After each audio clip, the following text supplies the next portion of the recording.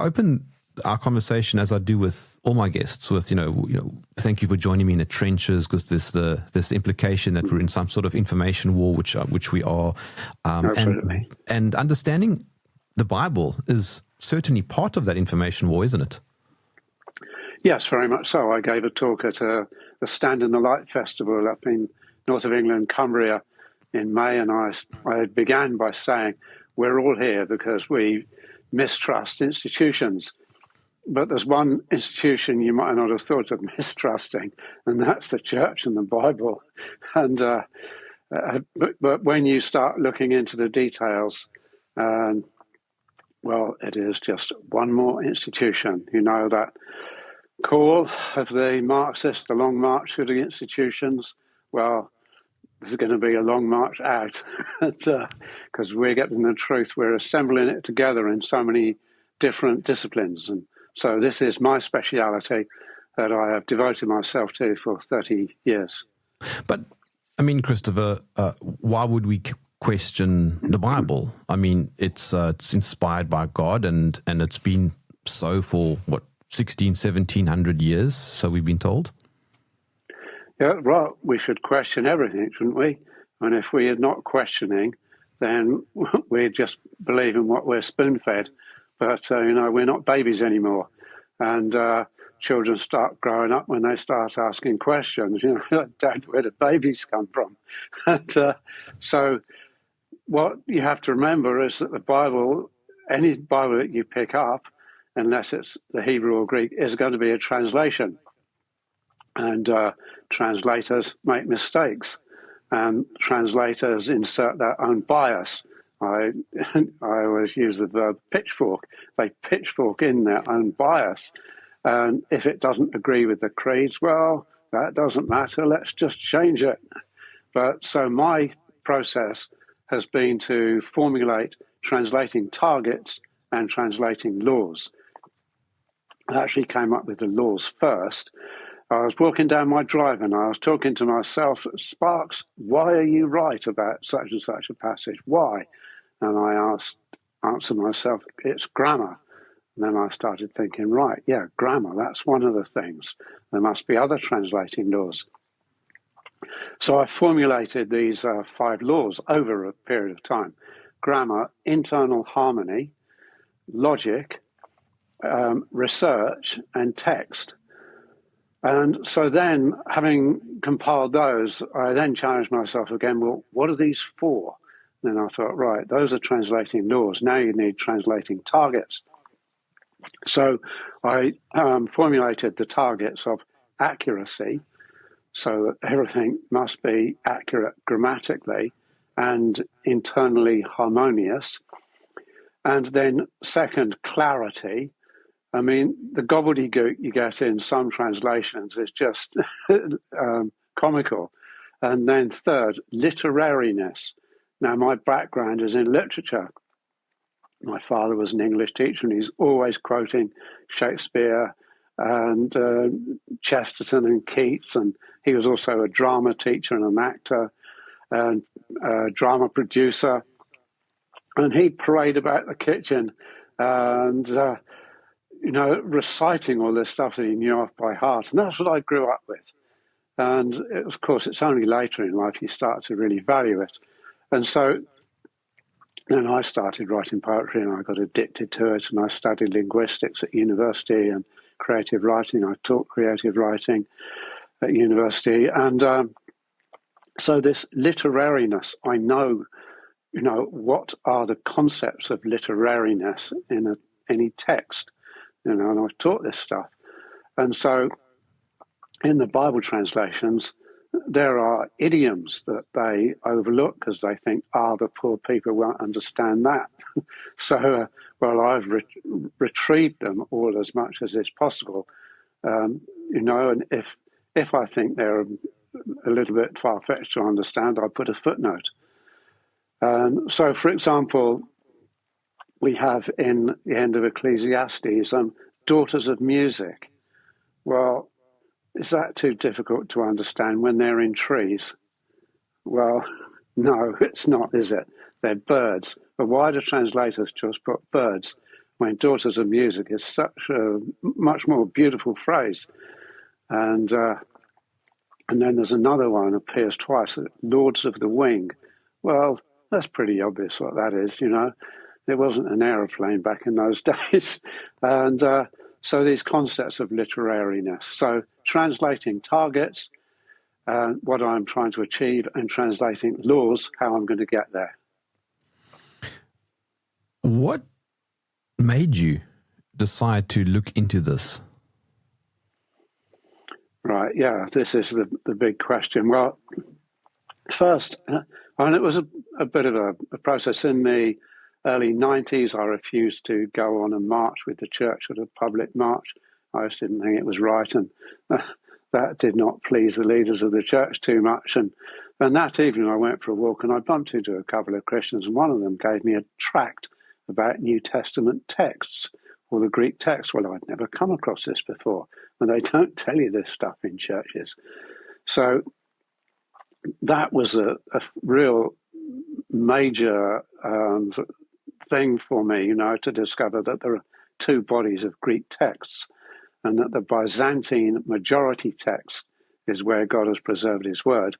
And then there's a minority body of texts, about half a dozen of them, called the Alexandrian, which are redacted. There's words missing, phrases missing, sentences, paragraphs. Well, why? Who cut those out? So that was one thing. And then January 1995, I discovered a book by Dr. Ethelbert William Bullinger. There's a name for you. He was a Victorian scholar, Dr. Ethelbert William Bullinger, and they called him Bully. And, he was a musician as well. And sometimes you'll see a hymn book with a hymn tune composed by E.W. Bullinger. And I got hold of a book by him, January 95, called How to Enjoy the Bible. I found it in a Christian bookshop, and it wasn't your usual sort of glossy paperback rubbish, My Ministry and fireside paperbacks. And it was a scholarly book with Hebrew and Greek words in and explaining dynamic structures, and I'd never come across this. So I absorbed it, and then I discovered he published a translation of the King James Bible with margin notes correcting many passages. And I went through the summer of 1995, sitting in the sun and reading all these footnotes, underlining them, making my own notes. 197 appendices, and I read those. One of them was about figures of speech. And they don't tell you that there are figures of speech. They don't tell you this stuff in churches. Who's ever heard this? There are hundreds of figures of speech. Well, of course, being a man of language and literature, I just adored all this. And in the preface to that book by Bullinger, it's called the Companion Bible. In the preface, he's got a little footnote in small writing, something like, from these margin notes, the student may make his own revised version. Right. Tiny little writing, preface, written probably about 1915 or something. So I was on a mission by this time. This was all 1995. So I started making my own lists of passages that needed correcting. And then in the summer of 97, so 2 years later, I was on holiday up in Berwick on Tweed, which is on the Scotland-England border. And I was in a private library up there, and I heard two elderly gentlemen up at the books while I was at a desk reading. They were discussing the immortality of the soul. Well, I am inquisitive. Do you know the word quidnunc? No. What is that? It's two Latin words compounded as one English word. Quid nunc, what now? Quid, what? Nunc, now. So a quid nunc is someone, what's this? What's that? What's this? What's this? Quid nunc, what now? Well, I'm a quid nunc. I was too nosy. And I had to go up and interrupt these men. What are you talking about? Immortality of the soul. This rather tall fellow reminded me of my maternal grandfather, rather austere, tall, stiff back. The immortality of the soul? I said, what's wrong with that? He said, it's not right, is it? I mean, I thought, you die, you go to heaven or you go to hell. That's what you get taught in evangelical churches. And I said, why isn't it right? Ezekiel 18, verse 4 and 10, the soul that sinneth, it shall die. Quoting the old Jacobean. And I said, oh, yeah, it does say that. The soul that sins will die. Well, he'd published a booklet on this called The Path to Immortality by Roland Wicks. It's in the bibliography at the back of my translation. I put about a 3-page bibliography so people know where I'm getting all this stuff from and go and check it. I always say, check it, please check. And so I had great conversation with these two men. And then I went to walk with one of them around Holy Island. That's somewhere near Berwick-on-Tweed. I can't remember now. That's 28 years ago. And we were talking about William Tyndale, and this was burning him. He was the first to translate the New Testament from a Greek text instead of from the Latin Vulgate. And so all this was burning inside me. And when I got home, I thought, well, this immortality of the soul, if you die and go into the grave, and that's what Roland Wicks was telling me, and this other fellow, well, then hell can't be true. So I started looking into that. And well, as soon as I cracked that, that was it. And I am now living very close to a lake. And it just happened that in the summer of 1997, I was sitting on a bench by this very lake that was just across the road from where I'm now living. A hot summer's day, sitting on this bench and thinking about all these things. And the Bible needs translating properly. This immortality of the soul, this hell, all these passages from How to Enjoy the Bible that Bullinger was correcting, and from his companion Bible, I was making all these notes. That's what I decided. I've got to make a translation. So it started. Yeah. But I mean, I'm sure you've had pushback because you will obviously hear something along the lines of, yes, but teams of people have been doing this for centuries, Christopher. Yes, that's what I get told. Yes, yeah, committees.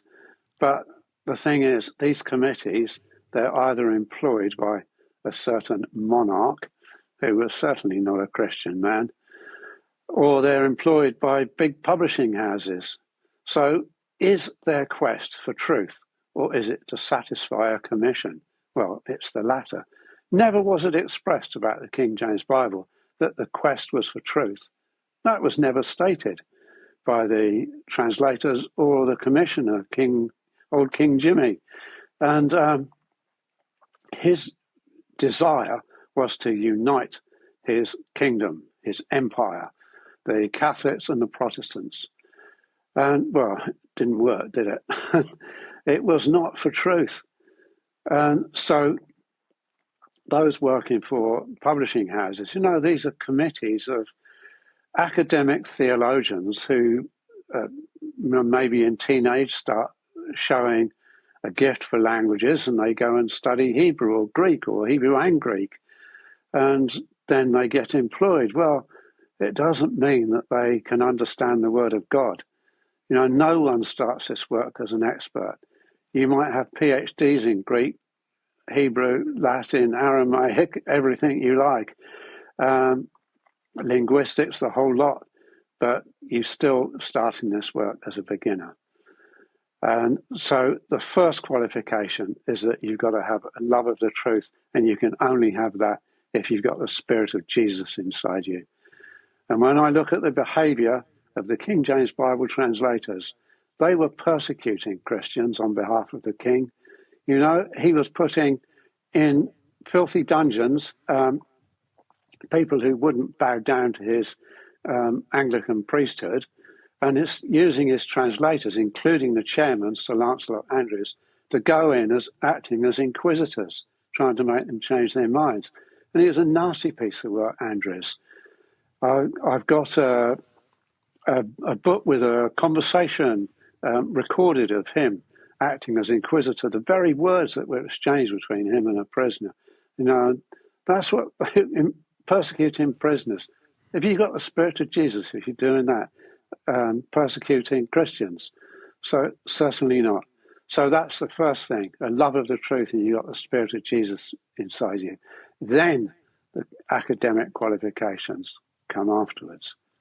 Just on King James, I might have this wrong. It's been a long time since I've thought about anything to do with him, but didn't he take over the church because he wanted to have more wives? I've never heard that one. No, I've never heard that one. All right, okay. But you're thinking of Henry VIII. Oh, sorry. Yes, yeah. I'm sorry. Yes. Oh, okay. Henry VIII. Yes, certainly. Right now. Yes. Yeah, well, he executed 3 of his wives. Yeah. No. As you do. Yes, that's right, of course, yeah. Don't dig her anymore. And no, sorry, go on. Yeah, so then William Tyndale had published a New Testament translation in 1528, I think is the right year. And so then King Henry used it as a root and flower of the Anglican Church. So they booted the Pope of Rome out and established an archbishop, which was kind of their own pope for their own church, and established their own theologians with their own Anglican views, Church of England views. And so it was remarkable how it all came together that Tyndale's New Testament should get so widely distributed because Henry VIII wanted to use it. So, yeah, he was a man who had 6 wives.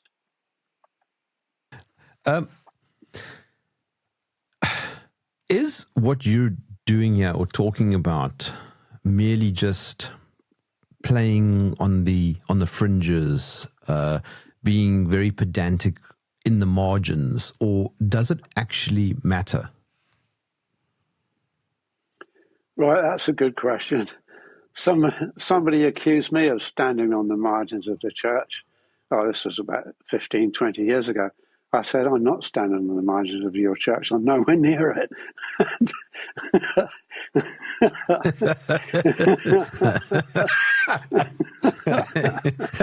That's a good comeback. Sometimes you get the right answer. Sometimes you go away and think, if only I'd said, well, I was really pleased I got the right answer that time. I'm nowhere near it.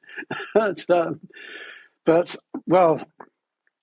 there is this universal church system, which is all based on these English or European translations or whatever language they use. But then there is the Word of God.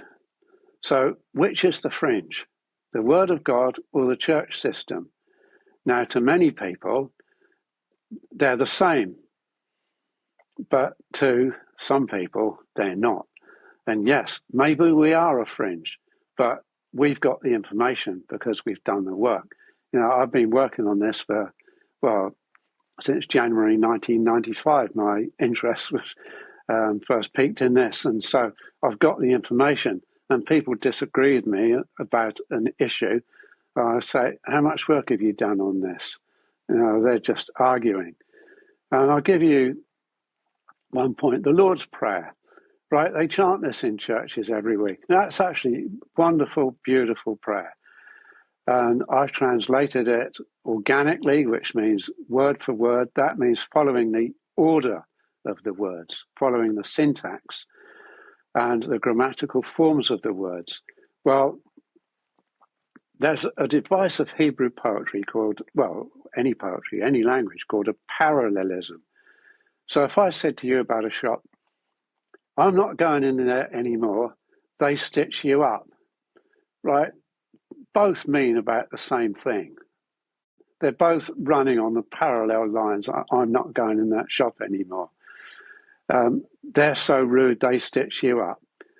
And so Hebrew poetry works like this all the time. You read the Psalms, and so you'll read one line and it will say virtually the same thing again in the next line, but in different wording.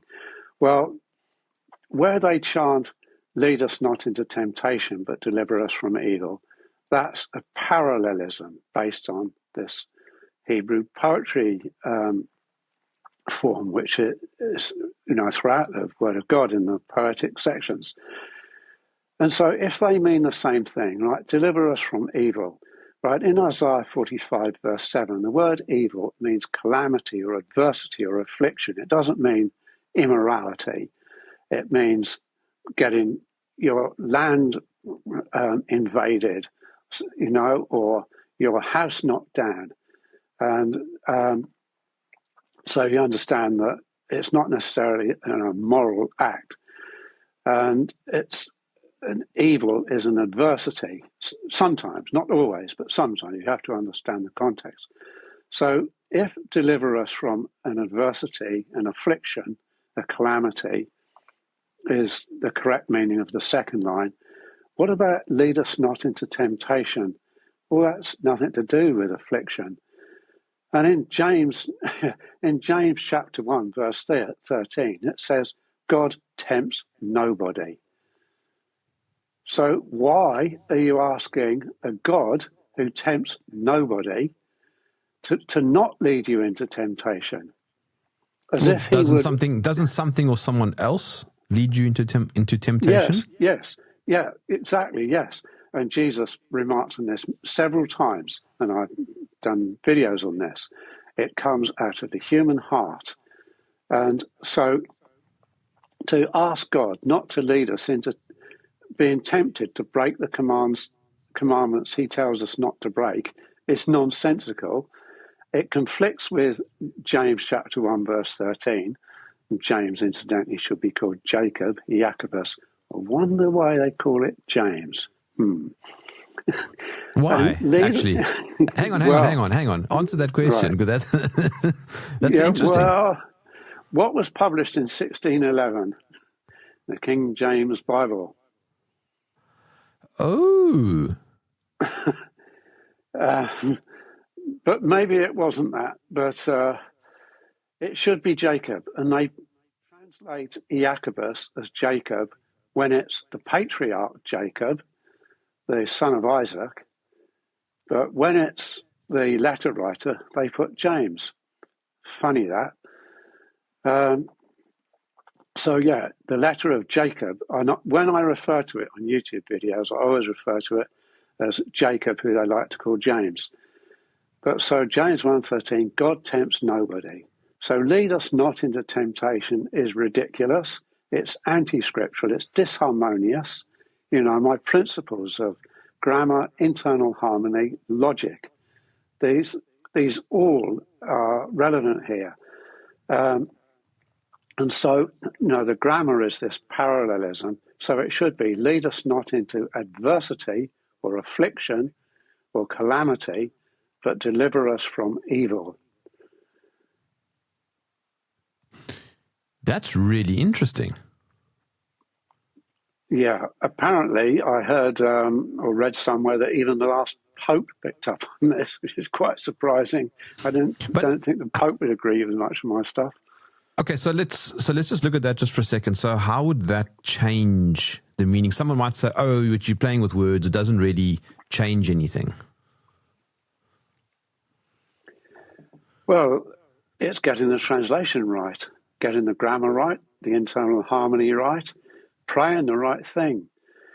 Imagine if all these centuries when they've been chanting the Lord's Prayer, they'd been chanting every Sunday, lead us not into affliction. Lead us not into adversity. They've been praying those right words. Thousands of these people every Sunday morning. Maybe we wouldn't be where we are now. Pray the right thing. Yeah.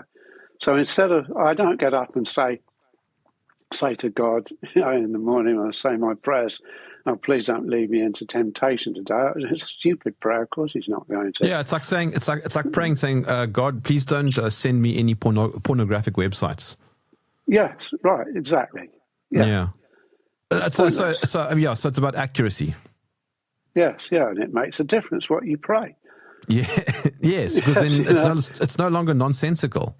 Yes, I mean, a child asking his dad for his pocket money, he knows the right words to pray for. So give me another example.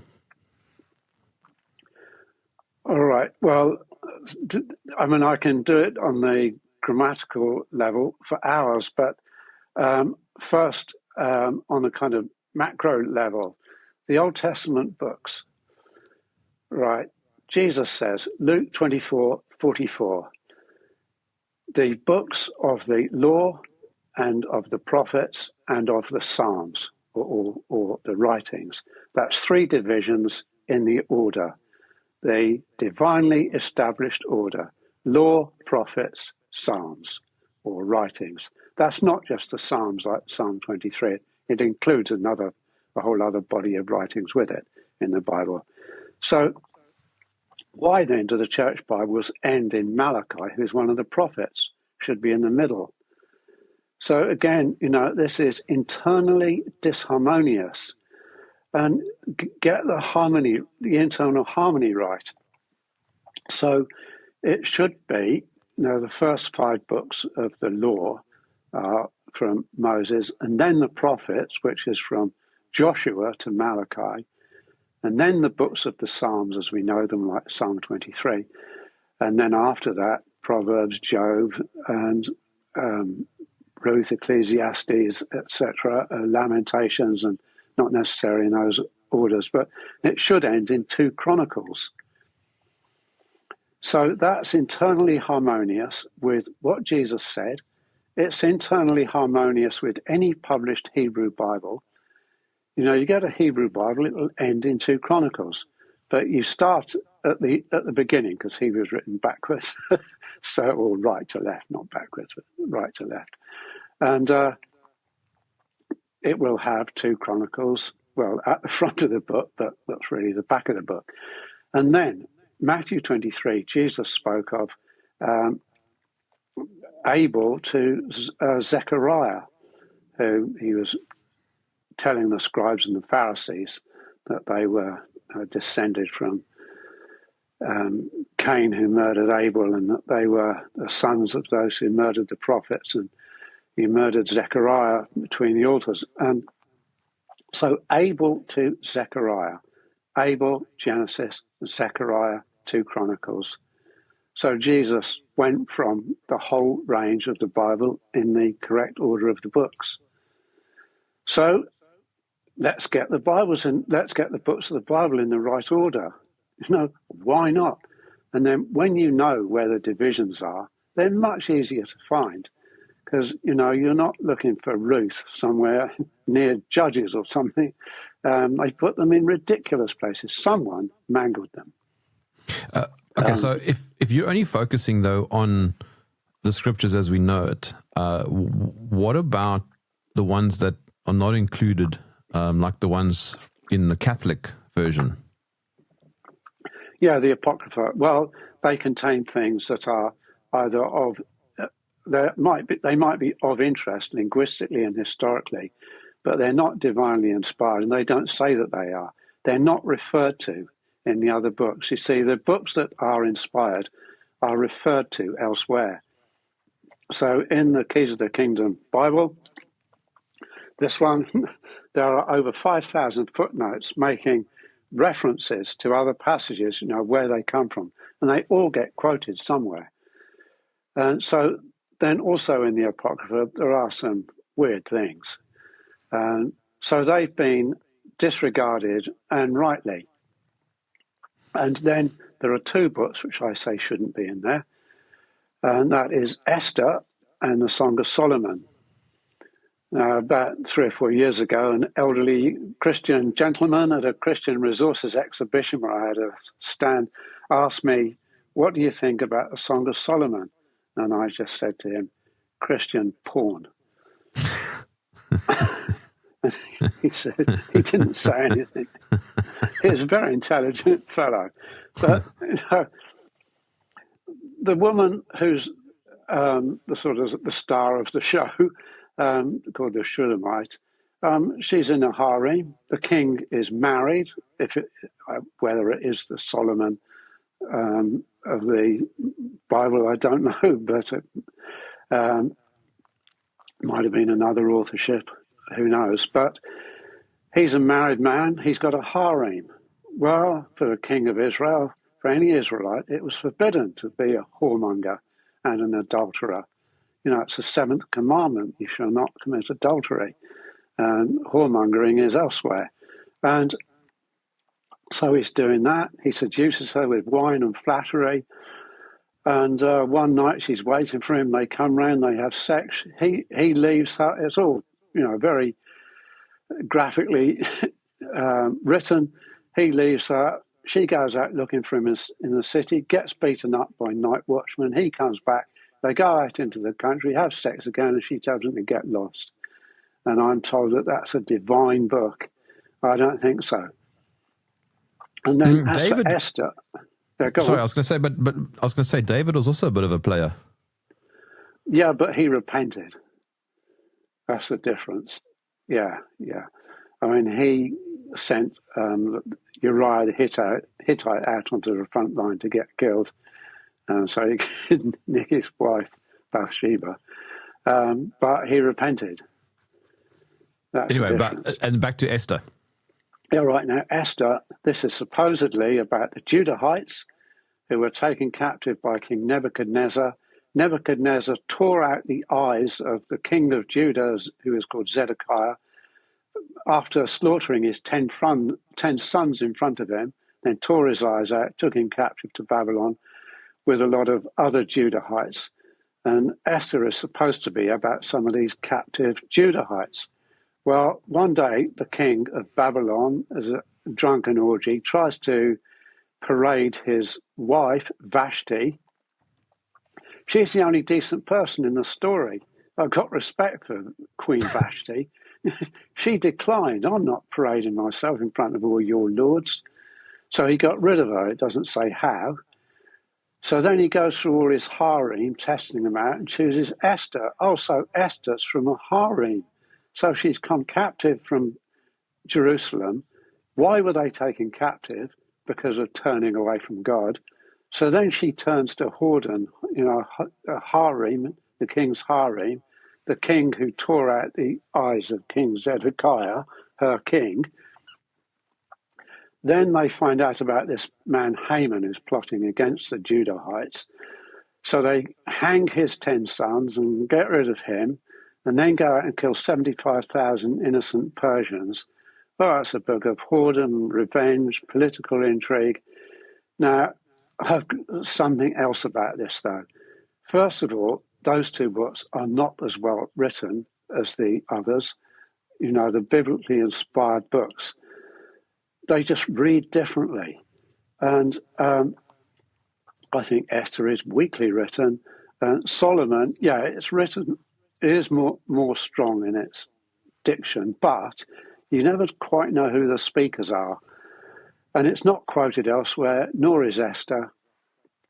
And then, what was I going to say? That when you take out those two books and put the other books of the Old Testament in the right order, and then you get the letters of the New Testament in the right order, there is a remarkable mathematical signature. Now, I didn't make this up. Somebody else published this in the early 90s, and a friend sent it to me, a researcher that has helped me a lot. He sent this to me. So I wanted to refine it. So I got permission. Well, the guy who first wrote it had died, but I got permission from whoever now owns it. I can't remember now, but I've credited it. I've put this chart in the Keys of the Kingdom Bible. There is a remarkable mathematical signature. The right books and the letters of the New Testament in the right order, because they don't get that right either. And then there are repeated structures, numerical structures, and these also accord with the numbers of the characters of the Hebrew alphabet and the Greek alphabet. Now, I've put my refined version of this chart. It's on the website. All my appendices are on the website. It's appendix number 2, I think, either 2 or 3. You can find it on the website. It's in the back of my translation. So that's kind of at the macro level. But there's also another thing, the prophecies of Ezekiel. Now, I bet you've never heard this before. There's Ezekiel made 13 dated prophecies. Now, imagine you get a calendar coming up this Christmas. Someone gives you a calendar or a diary, and it starts with August. Something wrong. And then it jumps to October, then it flips back to February. Well, that's what they've done with the prophecies of Ezekiel. He made 13 dated prophecies. You can read the dates, and they're all over the place. Well, who mingled with these? Somebody. Now, they were kept on rollers. It could have been that whoever kept them on the rollers misrolled them, or it could have been an agenda, and I suspect the latter, because in all the church Bibles, all the Bibles, they end with chapters 40 to 48. Now, here's another matter of internal harmony. Chapters 40 to 48 of Ezekiel talk about a restored temple system and renewed Passover, circumcision, slaughter, kitchen knives, the whole thing reformed and restated. And this is supposed to be a future temple system with a restored priesthood. But in Hebrews, it says Jesus Christ was sacrificed once for all. If I transgress a command of God, I don't go down the bottom of my garden and kill a goat or a sheep or a lamb or a cat or a rabbit, because God only accepts one sacrifice, and that is his Son, who is called the Lamb of God. His Son, Jesus Christ, was sacrificed once for all. That is the only sacrifice that the Father accepts. Anything else to him is as rubbish. And so why did they change these dated prophecies, when in fact it should end with one of the 13th prophecy, which reads like a rejection? There's not going to be a restored temple system. They tried to do it in about the 4th or 5th century, and fire came out of the ground and the workers couldn't get near it. And that's what happened again. It's not going to happen. So these things, really do matter. Hang on. Wait. You're touching on the end times doctrine.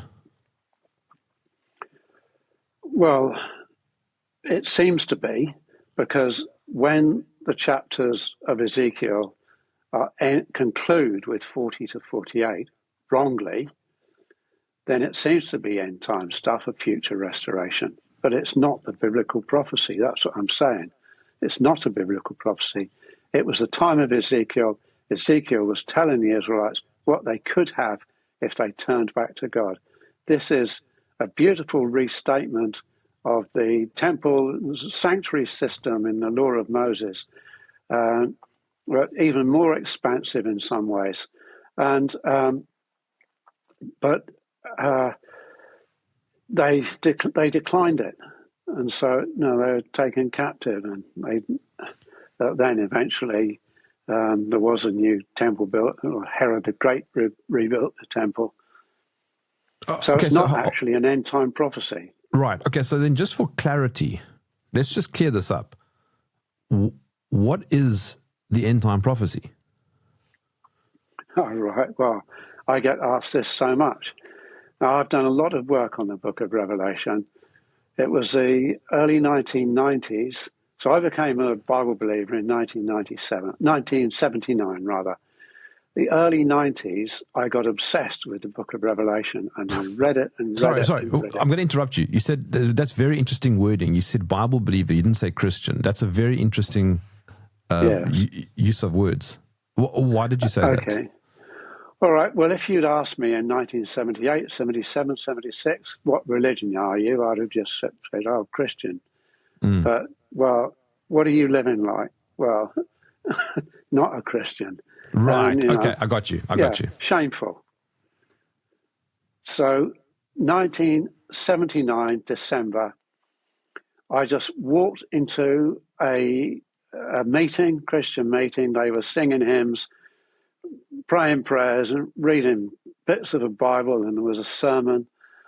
And that day, God got hold of me. I walked in that out of inquisitiveness, the quidnunc. What are they doing in here? I was living a few doors away from this little tin shack church. And so I couldn't bear it. They looked actually more my sort. They looked like those kind of poets and actors and folk singers. And in fact, when I went and got to know them, that's exactly what they were. So it was quite opportune that I should have lived in that house, number 96, just a few doors away. Yeah, and the quidnunc spirit in me, I just wanted to know what they're up to. And so I walked in. Well, God got hold of me. I walked in that church not wanting to serve God. I walked out wanting to serve God with my whole heart, with my whole heart. And I was managing the family book business, and I got myself reduced price Bible, and I devoured it, took it everywhere. So I was born again. I've said many times, the old Christopher Sparks died that morning, and good riddance. And the new Christopher Sparks was born, and well, whether you say good riddance to him or not, it's up to you. But I'm so sorry, but I was asking about the end time prophecy. Yes, okay. You know what people think about the book of Revelation, that it's all about the coming of a future Antichrist. Is that what you think? Yeah. Right. I mean, that's what we've all been taught. Yeah. Have you read Revelation? Parts. It's just weird. Did you find the word Antichrist in there? No. No. Why not? Because it's not in there. Oh. It's like saying, I read Pride and Prejudice expecting to find Henry VIII in there. Or I read William Tyndale expecting to find Jane Austen in there. Well, you're not going to. The book of Revelation is not about the coming of Antichrist. It's not. The Apostle John wrote 3 letters, and in 1 John and 2 John, he talks about the Antichrist spirit.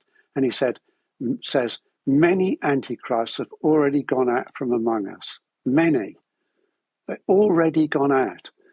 So they were those who were denying the resurrection of Christ and denying that Jesus was the Messiah.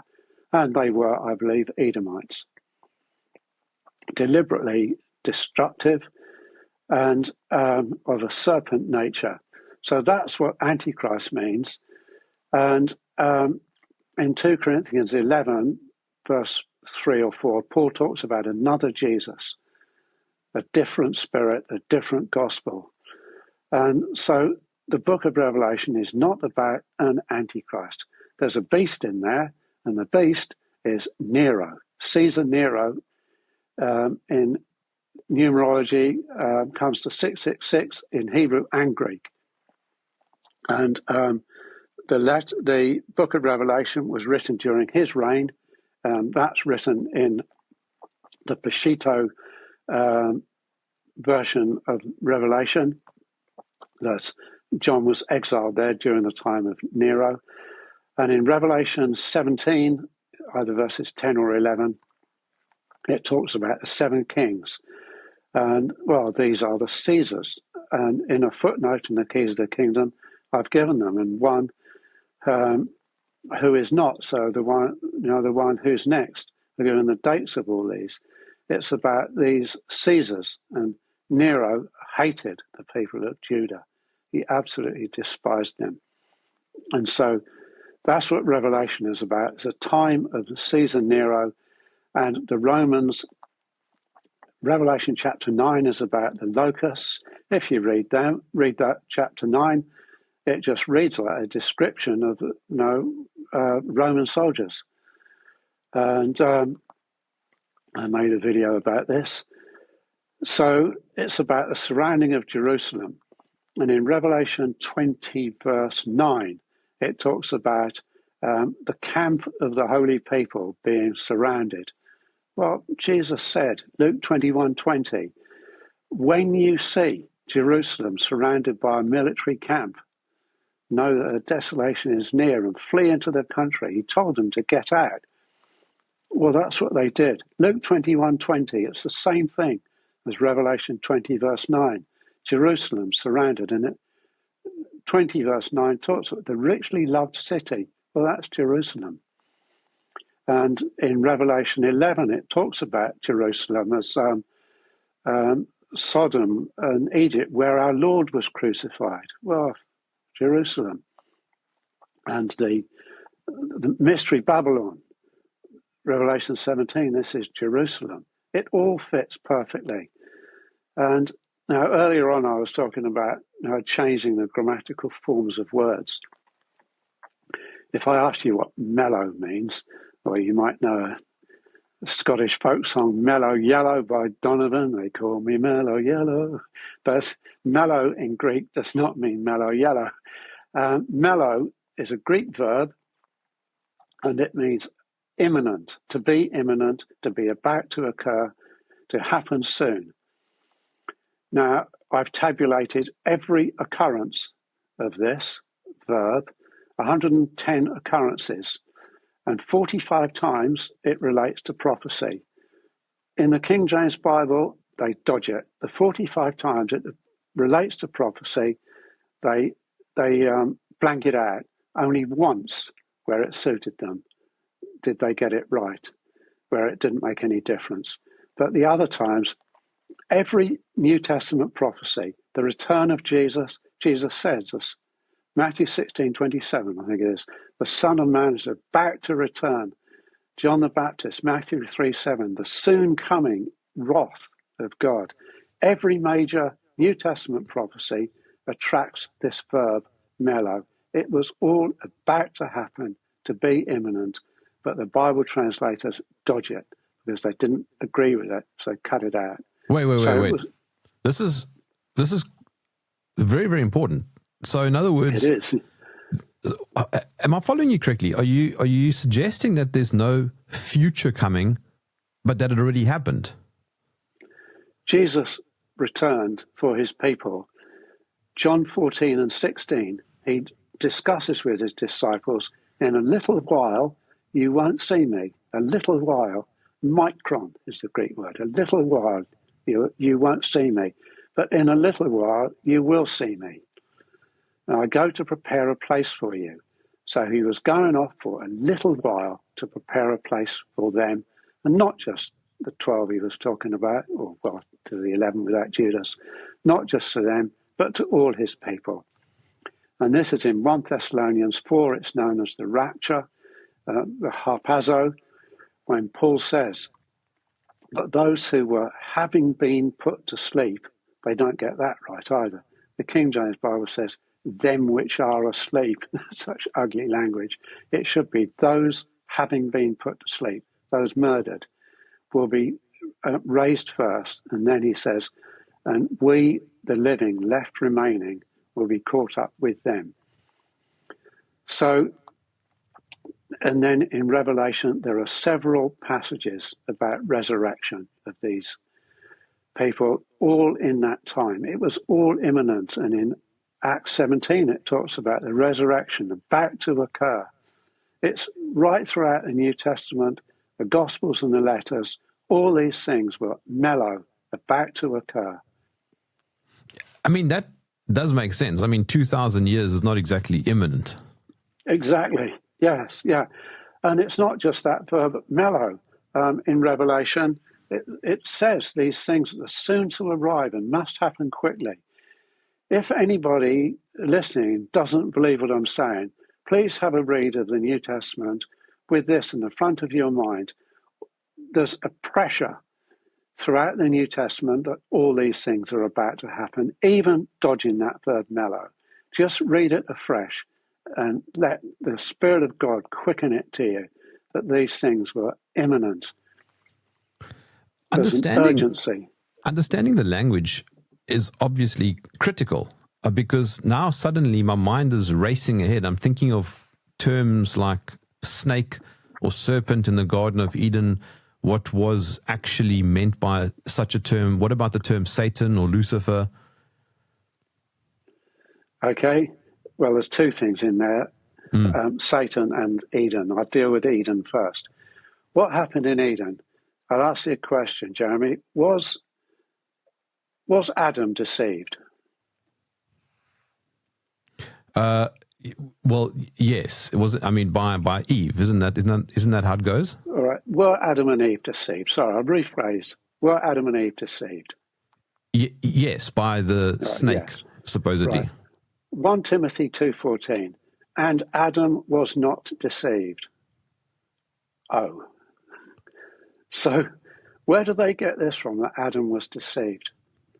Romans chapter 5 is a commentary on Eden, and it says sin came into or transgression came into the world through one man, Adam, the transgression of Adam. 1 John 3:12, Cain, who was out of the evil one, murdered his brother. Well, who was Cain's father? Out of means who's your father? It's in Matthew 1, genealogy, Ek.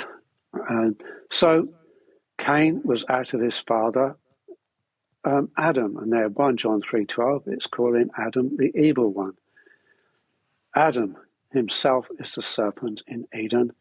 Now, I did a YouTube video on this, and if anybody goes on my website, you find Nikki's newsletters. My friend Nikki writes newsletters on our website, and her newsletter, I think it's her newsletter number 5, she included my study on there on this subject of Eden, and Adam was the serpent. But he was not wait. What do you mean by that? This is very complicated. He deceived Eve. Okay. So saying by Adam. So when you say Adam was a serpent, that's a metaphor. Yeah. John the Baptist and Jesus called the scribes and Pharisees serpents, and in Revelation 2 verse 9, 3 verse 9, it all adds up with Revelation 12:9 and 20 verse 2, serpents, the ancient serpents. It's all referring to those who say they were of Judah and were not, but were lying. So serpents, and Matthew 23, vipers, you progeny of serpents.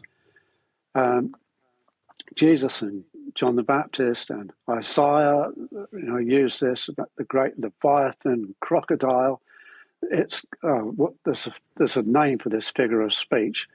It's a bright, fancy, lovely word. I've forgotten it right now. But it's for putting somebody down and put down. There's a lovely long Greek word for it. I can't remember it right now. But to call somebody a serpent Jesus called Herod a fox. It's a put down. And so to call Adam a serpent in Eden, it's a put down for his serpent nature. And it's perfect because, snakes get round your ankles, bite your ankles, and you can't see them coming and hide in the grass. I found a dead snake out on a meadow in West Sussex with its head bitten. So I wrote to somebody, I said, some funny people in Pulborough. Wait. But now what you're saying, though, is a dramatic departure from the story that we all know. Yeah. It is all those medieval paintings, snakes in trees and apples. It doesn't say apple. Where do they get that from? It's myth. Adam was not deceived. 1 Timothy 2:14. I did a video on it. I did a video series on passages they do not believe. And that's one of them. Adam was not deceived. They'll say, yes, but. You say that to anybody. So the correct story is that he deceived Eve. Yes. Because they were told, well, he was told, that the day you eat of it, eat from it, in dying you shall die. So he wanted to see what would happen. But being a man, he thought he'd put the woman up front first and see what happens to her. She ate, she didn't collapse, so he thought, right, I'll try some of this. And then I asked you earlier about Satan and Lucifer. I mean, that concept then. All right, first of all, Lucifer, he gets called three things: Lucifer, Satan, the devil. Lucifer, it occurs once in church Bibles in Isaiah 14, verse 12. And the Hebrew word is Hallel, and it means the morning star, Venus. It's an ode to the king of Babylon, Isaiah 14:12. That's what it is. A poetic ode to the king of Babylon about his humiliation, his political downfall. And he's fallen like a star fallen from the heaven, and you were like Venus, O son of the morning. That's what it should read, Venus. And Lucifer is an archaic English word for Venus. So that's Lucifer. It's much better to translate it as Venus, the morning star. So he was like that once in reputation. Right, then the word Satan. It's a Hebrew word, Satan. Every occurrence of it, now again, I'm a quid nunc spirit, I tabulated every occurrence of this Satan. So the Hebrew, the English translation of the passage and the whole context and the commentary in the third column. I write these tables, tabulate everything, make conclusions. And then in the Greek, that Hebrew word is used in the Greek as well, and another word, satanas. They mean the same thing. And again, I tabulated them all, the whole lot. And every single one refers to a human enemy. Jesus called Peter, Satan, get behind me, Satan. You enemy, you're being an adversary to my purpose, my calling by my Father. You're being an adversary. Now, a friend of mine once, in front of me, called his wife Satan. I was just so rude. And 35 years later, I can't forget it. He said, all right, Satan. How horrible. And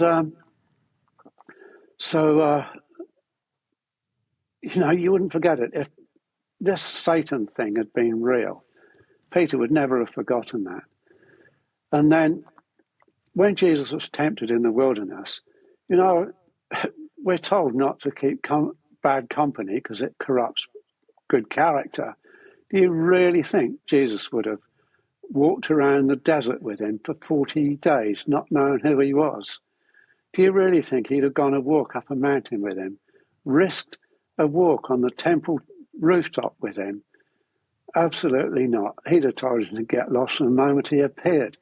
And how would anyone, Jesus went out there to hide. How would anyone know where he is? And then when this Satan thing, this Satan says to him, I'll give you all the kingdoms of the world.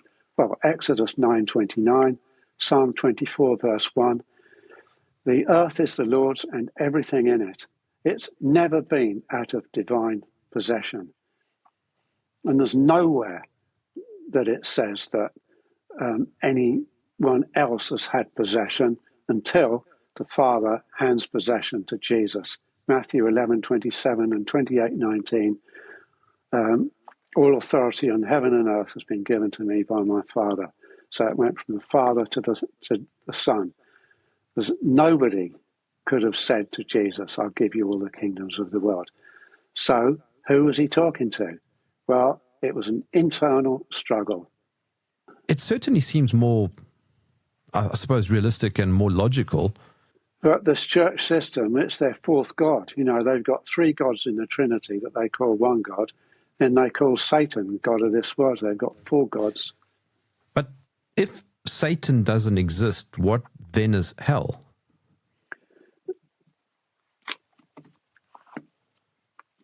Searching for hell. Also available on my website. My booklet. That's about 90 odd pages. And I debunk it. So I've shown the words that they translate as hell. And there are 4 words they translate as hell. I'll give you one of them. Sheol. It's Hebrew and it means grave. The first occurrence, Genesis 37:35. Jacob is worried, lost his favored son. I'll go down to Sheol, mourning for my son. Go down to the grave. This word Sheol occurs in the Old Testament 65 times. In the King Jimmy Bible, they translate it 3 times as pit. That leaves 62 times, 62 more occurrences. Well, they split it down the middle, 31 times hell, 31 times grave. Now, if anything exposes an agenda, that does. We've got to get in this hell. Let's split it down the middle. And even for things that are of the same context, mean the same thing. And then in one passage, in fact, it's that Isaiah 14 you mentioned, they switch. They keep switching. Hell, grave, grave, hell. Like they can't make up their mind because they so love this hell thing. Hell is a lie. You know, God is a loving God. It says, Psalm 63, your loving kindness is better than life. That does also, in many ways, kind of make sense, because if God is love, for example, as the Bible says, how can he create hell and eternal damnation? That idea doesn't really work together, does it? No, it doesn't. No. But then what? Does everybody go to heaven then? I mean, so what is the implication of something like this? Well, do they go to heaven? No, the earth is our home. So what is going to happen next, I believe, is that Jesus will return with those whom he took up in AD 70, when it was all mellow about to occur, and incidentally recorded by historian Josephus, who was not a believer. He was a Roman general or something. No, Josephus was a writer and historian. So he was sort of a neutral observer, and he recorded these signs in the sky which match with some of the things Jesus said. In AD 70, extraordinary things were happening. And I've just written a book. I finished it last night, actually, called Satan's Little Season. And well, it's going to be called longer than that. But a lot of people are saying, this is Satan's little season. But I've just shown with passage after passage that all those things happened in those times. And I've quoted extensively from Josephus, where it, is harmonious with the things that Jesus said. But Jesus said, I came to hurl fire on the earth. Well, Jerusalem was set fire to. He said there'd be no stone left on stone. The Romans destroyed every stone. So there's no hell, there's no Satan. Another word that they use for Satan is the devil. Well, this occurs in the New Testament, diabolos, so we can relate to, diabolical. But this diabolos, it's, again, a neutral word. It's not a title of anybody. Satanas are not titles of anybody. They're common nouns, not proper nouns. And so diabolos, it means a slanderer or a false accuser. And in the letters of, I think it's 2 Timothy, Paul uses it about some certain women, not to be diaboloi, not to be gossipers, slanderers, false accusers. So it's not a title of anybody. And so any time that this word diabolos occurs, again, I've tabulated all of them, and never does it occur as referring to some mythological fallen angel. There's no such thing in the Bible as fallen angels. I did a video series recently, Understanding Biblical Language. Nephilim? Where does it say they came out? That's Genesis 6. And there's a phrase in there, Beni ha-Elohim, and it means the sons of God. Well, sons of God, you read John 1 and 1 John and Romans, sons of God, are those who believe in God's, servants, the obedient to God. Why is it any different? But some translations translate Beni Ha Elohim, sons of God, in Genesis 6 as angels of God. But it's just a lie. It doesn't say that. It's just a straight out lie. It does not say it. And there are sons of God in Job as well. These were people meeting together. Israelites. Job was an Israelite of the house of Issachar, and he was meeting with fellow Israelites, and an enemy was coming in. And they lived in the land of Uz, which Lamentations chapter 4 says is where the Edomites lived. And so this Edomite, who is a bit of a vagabond, where have you come from? Oh, wandering to and fro about the land. Not about the earth, about the land. He is a wanderer, a vagabond, goes in their meetings and takes an immediate hatred to Job. He goes into one of their meetings, sons of God. So Nephilim, fallen ones, people who have fallen away from God's commandments, doesn't say anything about fallen angels. I mean, I've done videos on all these. People say, what about Luke 10:18? What about Revelation 12:9? I've done videos on all these. It's hurled to the ground. It's an enemy hurled to the ground, political loss, humiliation. Then what does it mean to be a Christian? It means to obey the commands of God and to love him with all your heart and mind, and to imitate Christ, to be an imitator of Christ. We can have bad attitudes to people, and then I pore over the scriptures every day, not just, I do my studies, but that's a different thing. But I do my devotional reading, and I've just finished 150 days of praying through the Psalms, one a day, praying through them. It's so strengthening. And then I now turn to the Gospels, and I'm reading just one chapter a day, slowly absorbing these words of Jesus. So, it's to love the Word of God. Something that I've wondered many times over the years, and it's actually about grammar and translation. Perhaps you can help me here. But when Jesus was on the cross, he cried out to God. But if he is God, the Trinity, that's the term that I was taught growing up. Why would he cry out to himself? Yes, well, exactly, yes. And who raised him from the dead? It says repeatedly, God raised him from the dead. If he's God and he raised himself from the dead, then he didn't die. And if he didn't die, then all the passages that says he did die are false, and then we're all finished.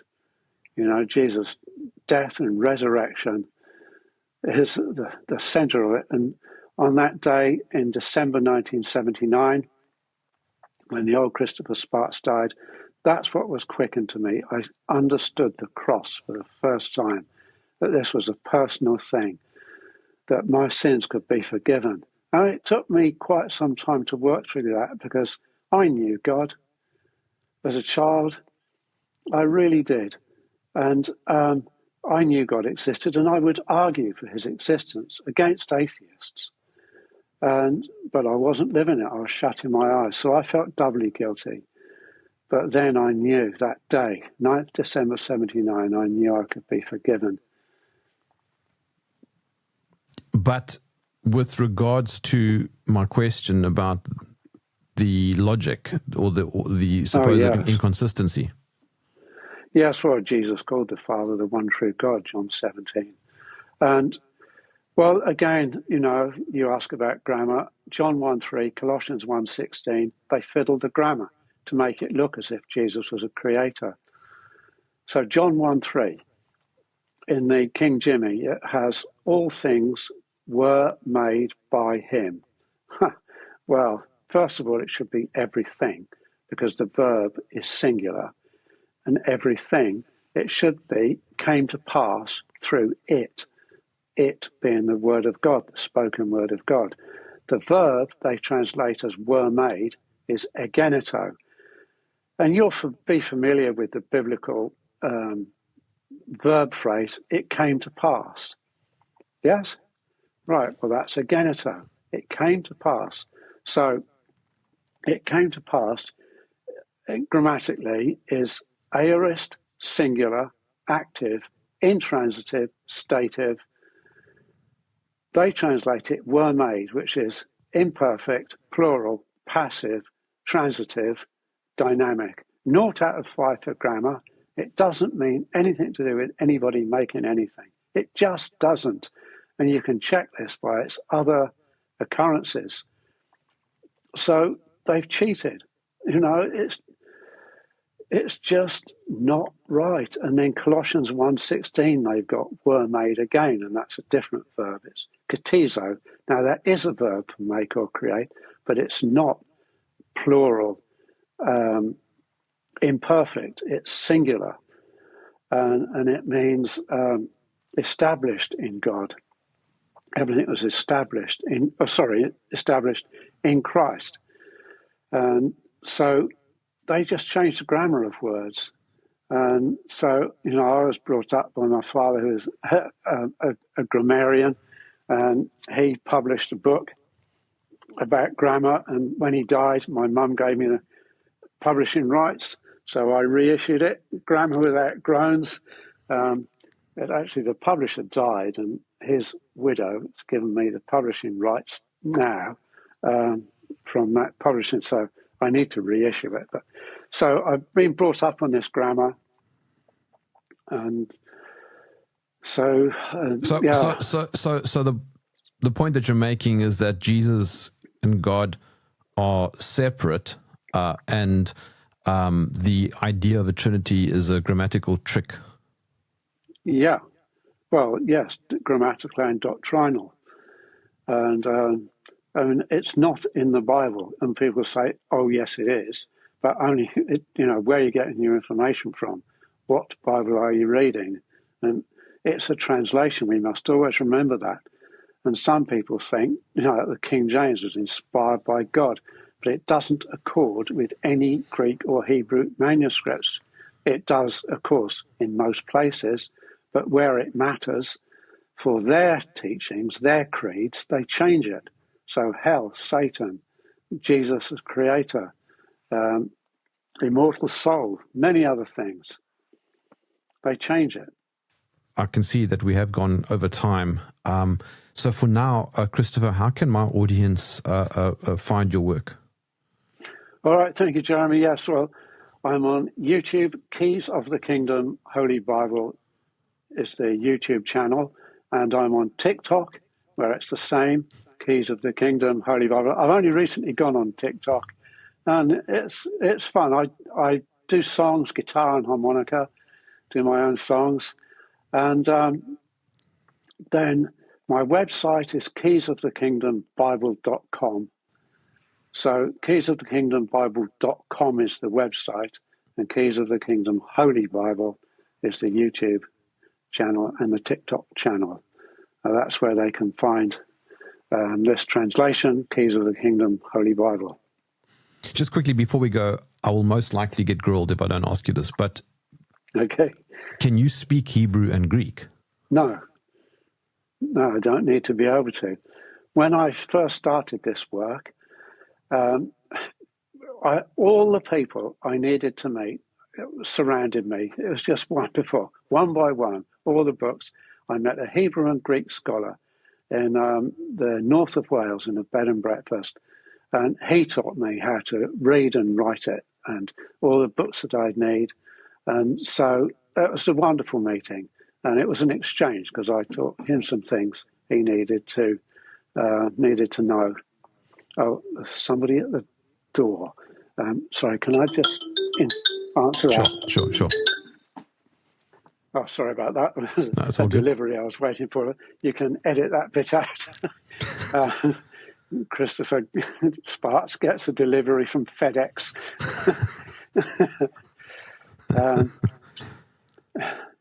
Yeah, okay, no, all right, no, but you were just saying, you were just explaining the fact that you don't need to know Greek and Hebrew.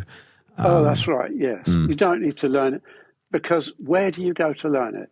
At these theological colleges, the seminaries, and they're going to indoctrinate you with all their stuff, their creeds, and that's not right. I did do one term in 1994. I did one term at a university, and it was so bad, I quit.